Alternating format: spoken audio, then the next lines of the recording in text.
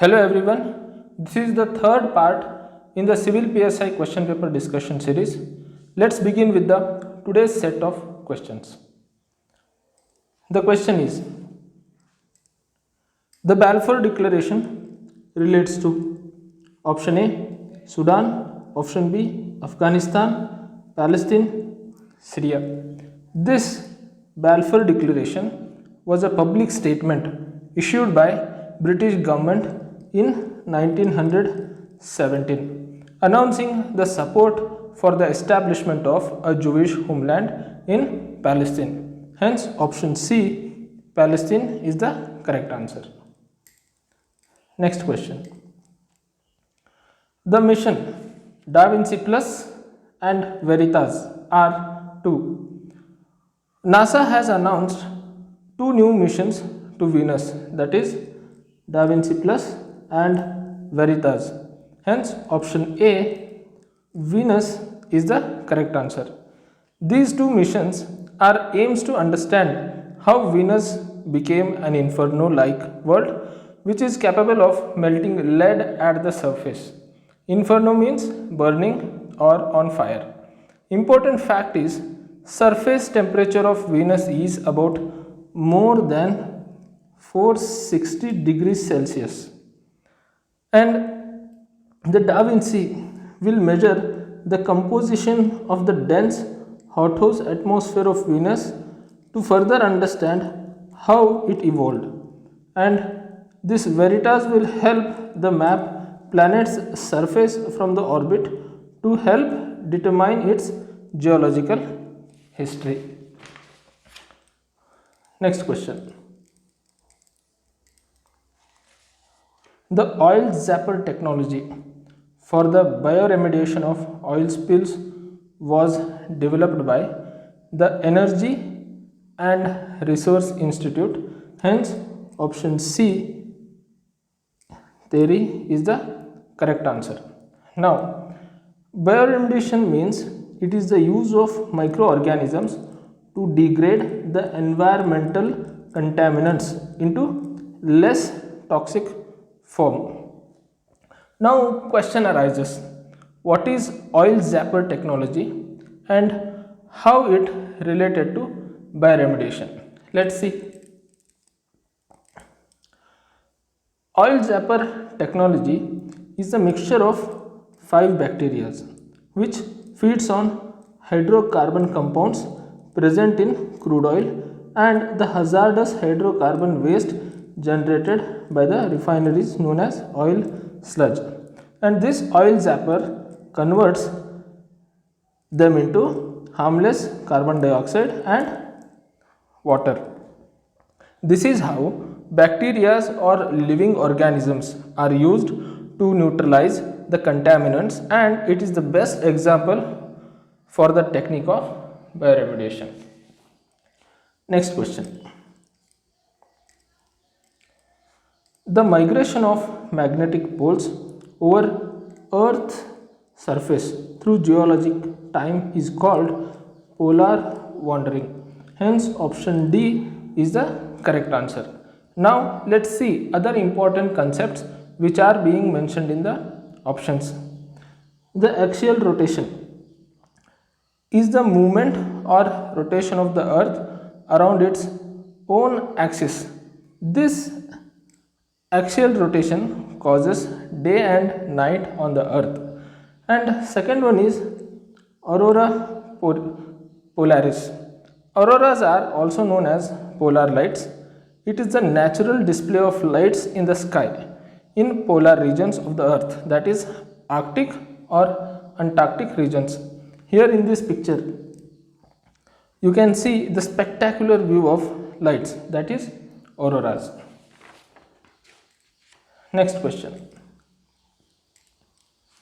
The factors responsible for the formation of cyclones in Bay of Bengal are. First, let's see the conditions required to form the cyclones. The first one, the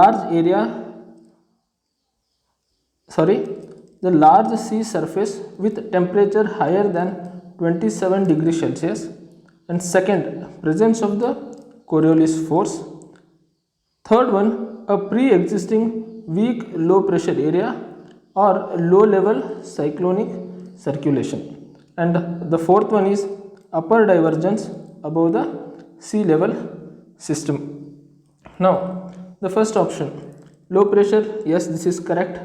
Second, low sea surface temperature, this is wrong. And third one is sluggish winds, yes, this is correct.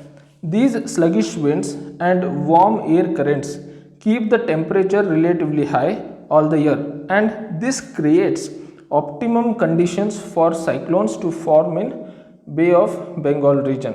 Hence, option C 1 and 3 is the correct answer. Next question. The headquarters of UNHRC is located in Geneva. Hence, option B is the correct answer. Next question. Which among the following countries are part of the Quad grouping? The Quadrilateral Security Dialogue or Quad is the informal strategic dialogue between India, USA, Japan and Australia, which a shared objective to ensure and support a free, open and prosperous Indo-Pacific region. Hence, option B is the correct answer. Next question. What is a Winchcombe? Winchcombe is a meteorite found in UK. In this picture, you can see the meteorite Winchcombe. And now, a meteorite is a solid piece of debris from an object such as comet, asteroid or meteorite that originates in outer space and reach the surface of the planet. Hence, option A is the correct answer. Next question. Who heads the National Crisis Management Committee? A National Crisis Management Committee is constituted by Government of India and it is headed by Cabinet Secretary. Hence, option D is the correct answer. Next question. Image is formed in front of the retina in the first one. In myopia, the light rays do not focus on the surface of the retina but in front of it. See the picture here. In such conditions, the distant images appear out of focus but objects nearby are seen clearly. Hence, this is also known as nearsightedness or short-sightedness. This defect is corrected by concave lens with appropriate focal length. And second one is hypermetropia, is the inability to see the near objects clearly and hence it is called long-sightedness. This defect arises when image is formed behind the retina. See the picture here. This defect is corrected by wearing convex lenses of appropriate focal length.